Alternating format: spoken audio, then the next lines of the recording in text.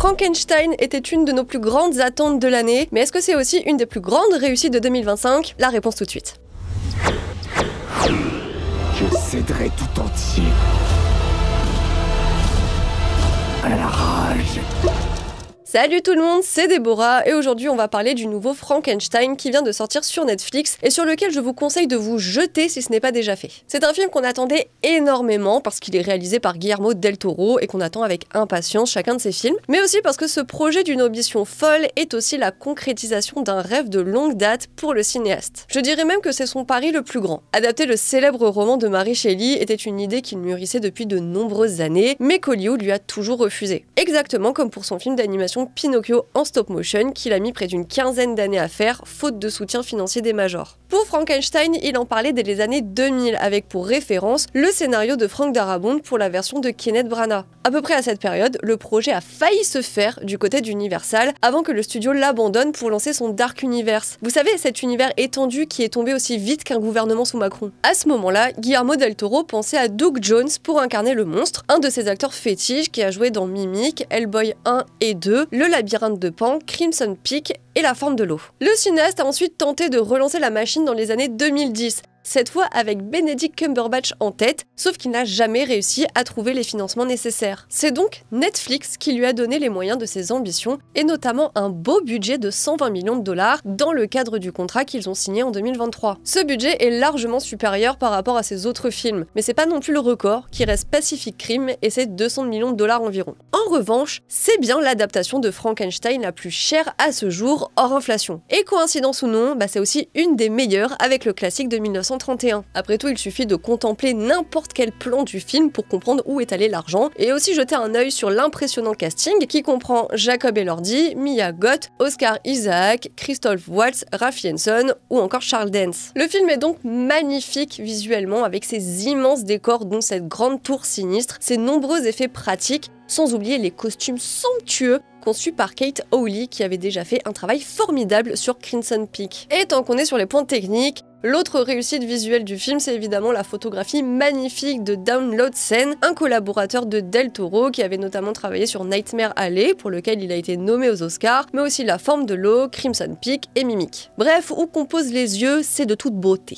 Mention spéciale aussi pour la musique d'Alexandre Desplat, une de ses plus inspirées depuis un moment, même si Antoine me souffle dans l'oreillette que celle de la plus précieuse des marchandises était aussi très belle. J'aime également beaucoup le design de la créature avec sa peau un peu plus marbrée que verdâtre, qui perso me rappelle la transformation du protagoniste dans Chronos. Initialement, c'est Andrew Garfield qui devait la jouer, mais l'acteur s'est retiré à cause d'un problème d'emploi du temps. Il a donc été remplacé par Jacob Elordi, qui, au-delà d'être une des nouvelles coqueluches d'Hollywood, a l'avantage de mesurer 1m96, ce que le réalisateur n'a pas manqué de mettre à profit, surtout dans les segments sur la banquise. Le résultat est donc à la hauteur des attentes, mais on avait peu de doute là-dessus, tant l'histoire de Mary Shelley, une des références les plus évidentes du roman gothique, le genre littéraire, s'inscrit naturellement et même organiquement dans la filmographie de Guillermo del Toro. Le cinéaste est un des apôtres du cinéma gothique contemporain et le récit de 1918 réunit toutes ses principales obsessions. Je pense que ça ne vous a pas échappé, mais l'œuvre de del Toro tourne énormément autour des monstres, qui sont plus souvent des figures romantiques et mélancoliques que des créatures assoiffées de sang. Del Toro s'intéresse à la marginalité, à l'imperfection et à l'attirance des contraires, ce qui fait que les véritables monstres dans ces histoires, ce sont plus souvent les humains. Même dans Nightmare Alley, qui n'est pas un film fantastique, l'intrigue poursuit cette thématique clé avec les fameux freak shows, dont un d'eux est montré dès les premières minutes du film. Évidemment, il n'était pas question d'adapter fidèlement le Frankenstein de Mary Shelley, mais bien de se l'approprier. Et elle est là la véritable prouesse, au-delà de la beauté plastique ou du jeu impeccable des acteurs. Il y a une centaine de films plus ou moins inspirés de Frankenstein, mais il a réussi à faire un film d'auteur à partir d'une œuvre aussi intemporelle et finalement plutôt impersonnelle tant elle a infusé l'imaginaire collectif. Alors je vais pas non plus parler de film somme parce qu'il est loin d'avoir fini sa carrière, mais de plus en plus, je pense que ce Frankenstein encapsule tous ses autres films. Vous voulez comprendre son cinéma et en avoir l'aperçu le plus complet, regardez Frankenstein. Donc pour ça, il a évidemment trahi le roman par endroits, tordu certaines symboliques, réarrangé le récit et finalement amené d'autres thématiques, les siennes, jusqu'à complètement renverser la morale initiale. Il en tire donc une nouvelle démonstration d'humanité universelle, plus belle que tragique, avec en filigrane l'appréhension et l'attente de la mort, le danger des dogmes en tout genre et un puissant appel à la liberté, soit tout ce qui était déjà au cœur de Pinocchio et qui forme un diptyque officieux avec ce Frankenstein. En réinventant la créature, il pousse aussi la réflexion sur l'immortalité qu'il porte depuis son premier long métrage, Chronos, sorti en 93, sans oublier le romantisme exacerbé du film dans la continuité de Crimson Peak et La forme de l'eau pour prendre les plus évidents. On parle d'ailleurs de façon plus détaillée de tous les films de Guillermo del Toro dans un dossier réservé aux abonnés. Pour rejoindre ce club de gens formidables, ça se passe sur le site internet. C'est quelques euros par mois pour tout un tas de contenu exclusif qui attend sagement d'être lu. L'autre bonne idée du film,